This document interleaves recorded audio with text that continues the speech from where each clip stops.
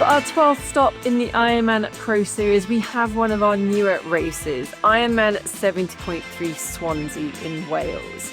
Now, it's in its 4th year, so whilst it's not been around for very long, it has had some of the greats of the sport head there and race over the past 3 years. Alistair Brownlee, Kat Matthews, Emma Pallant-Brown, Nikki Bartlett and Spaniard Antonio Benito Lopez. With just 2 Stones.3 races left in the series before the World Championships, Swansea is a great opportunity for athletes to gain valuable points and maximise the number of races that count towards that overall Pro Series ranking. This race will also qualify athletes for the 2026 Ironman 70.3 World Championships in Nice, France. I'm Laura Siddall and this is A Fighting Chance presented by HOKA. Swansea is a city on the south coast of Wales, a 4-hour drive west of London. Wales is a country within the United Kingdom and is rich in Celtic culture, stunning landscapes and historical sites. It has more than 600 castles. In fact, there are more castles per square mile than there are in any other country. But before we immerse ourselves in the Welsh countryside, let's catch back on the incredible racing at the Mainova Ironman Frankfurt, the European Championships for our professional men. This is your day to swim, to bike, to run, to become an Ironman. You are now in the hands of the starter.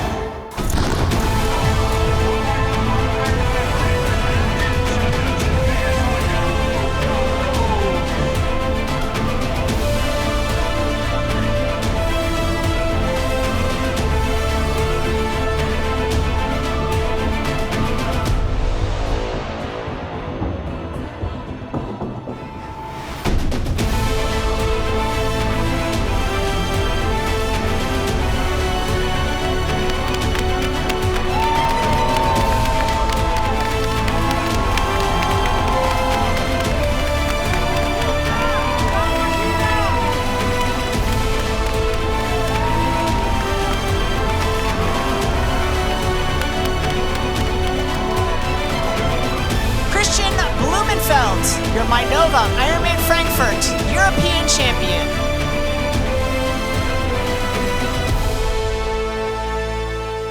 A little bit further down on the swim than I would like to win, and also just there with Magnus from the beginning, so it was a little bit like cat and mouse, like because I didn't want to go to the front and like push the pace in that group, because then I knew that he would put the hammer down later on, so I had to sort of be aware of him and sort of just wait for his attacks. Yeah, I lost a bottle with a lot of carbs, so. The run course you ran with your good mate Casper for 20k, and either you dropped the hammer or he said he felt a little bit rough. How did that go? Yeah, I would have enjoyed running a bit more with him, but then with Christian Hugenhagen in the front was just running quite solid, and I was expecting him to actually drop off more. So I felt that it was just time to go with like after 24, 25k. In order to just close that gap down, and luckily it came down on that final lap. Last year you said you came here for a validation. Was that the same again this year? Yeah, I was just here to complete the course, and it seems like it's working well. So now it's 2 down and 1 more Ironman to go this year with Nice, and stoked to take another 5,000 points, and it puts me in a great position now for Nice. Yeah, I had an incredible day. Like, I knew I was in the best shape I've ever been in all 3 disciplines, but it's always something like go out and saying it out loud, but it's something different to go out there and perform. I told James beforehand that I would attack on the cobbles, and I did that. Sadly, I just didn't have Magnus with me, so it became a solo day in the front. Because I lost 2 minutes to Blumenfeld. I just ran out of energy and had a big crisis on the last lap. So suddenly Stornes was also coming pretty close. So it ended up being very brutal, as it should be. But it's my favorite run course on the circuit, that's for sure. Thank you. The swim was easy, but after 200 meters on the bike, my bottle cage broke, so I needed to stop. So I lost quite time there. And then I needed to bridge up, so I used the first 40 minutes to close the 1 minute gap. And then I just felt it got easier and easier through the bike. On the run, I tried to run with Kristen in the start, so we ran just over 20k together. Then I had a really bad time at around 24k to 28. So then I went up to like 350, 355 per k. And I was like, oh, is it here my third place is gonna slip away? But then I managed to get some carbs in, and then I managed to increase the pace again and yeah, secure the third spot. With the Mainova Ironman Frankfurt being the European Championships for the men, there was no change in the overall points for the women. Germany's Anne Reichmann still leading the rankings, 10,060 points, with Kat Matthews in second, 9,880 points, and Jackie Herring in third, 9,621 points. However, after Frankfurt, there were lots of changes, almost a completely new top 10 in the men. Christian Blumenfeld regains that top spot with another 5,000 points from Frankfurt. Cameron Worth, after 9th in Frankfurt, moves into second, but he has his full complement of races with 2 Ironmans and 3 70.3 results counting. He will now be looking to swap out races and improve his score that way. Kasper Stornes moves up into third. Gustav Iden, Paul Schuster, Rudy von Berg, Magnus Ditlev, Dominik Sorija and Jonas Hoffmann all move into the top 10. So back to Swansea. Well, athletes will start with the one loop 1.2 mile HOKA swim in the Prince of Wales dock. They'll then head out onto the 1 lap 56 mile loop bike course, which goes through the famous Mumbles and along the roads that hug the Gower Peninsula coastal cliff tops. Athletes will need their wits about them, riding parts of the course twice and ensuring they make the right turn to stay on track to T2.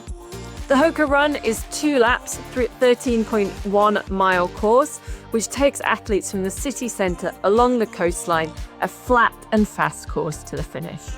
So let's take a look at our professional women and professional men who will be lining up. In the women's race, it will be Kat's first 70.3 of the year, having raced Ironman Texas and Ironman Hamburg. Kat currently sits second in the Ironman Pro Series. Ahead of Kat in the series and series leader is Germany's Anne Reichmann, also racing in Swansea. Then one of the fastest runners in the sport currently, Germany's Daniela Kleiser. She makes up some impressive ground on the run, but can it bring her to the podium? Britain's Lizzie Rayner is also in form and has a third and second at Ironman 70.3 races this year. That trajectory would say that the top step is next. Hannah de Vet is also one to watch. She is balancing racing with her physio studies and exams this year, but had a great win in Slovakia earlier this year. On the men's side, the defending champion also returns, Britain's Harry Palmer. He also seems to race well in Wales with 2 wins there in 2024. But there are some big names he'll have to fight off. Denmark's Christian Hogenhaug, flying high after his fantastic second place at the Mainova Ironman Frankfurt just 2 weeks ago, will fancy his chances. So too, Britain's Sam Dickinson.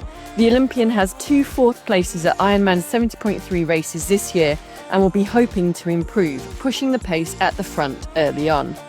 Other Brits to watch, Kieran Linders, Matthew Collins and Andrew Horsfall-Turner. Horsfall-Turner was third at the race last year. German Paul Schuster will also be looking to add to their points for the Ironman Pro Series. Frenchman Leon Chevalier will be hoping he can move himself back into the Ironman Pro Series top 10.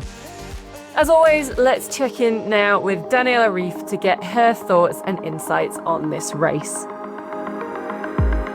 So let's have a look at the race course. We are looking at an ocean swim. Most likely it's going to be a wetsuit swim around 19 to 20 degrees. Then we have a hilly bike course over the 90 kilometers. There are about 1,000 meters of climbing. And to finish off, it's a completely flat run along the coast. So it's supposed to be a fast run, and we can look forward to some fast racing. On the women's race, we have Kat Matthews racing, so she's definitely the favorite for this race. She had a great season so far already with the win at Ironman Texas and her really strong performance at Ironman Hamburg. And she's had a bit of time off after that, and now getting back to racing and also racing on home, so will be definitely exciting for her. I'll see you next time as we look ahead to the Athletic Brewing Lake Placid. You can catch all the action live on Ironman Now, Outside TV, DAZN and Licky.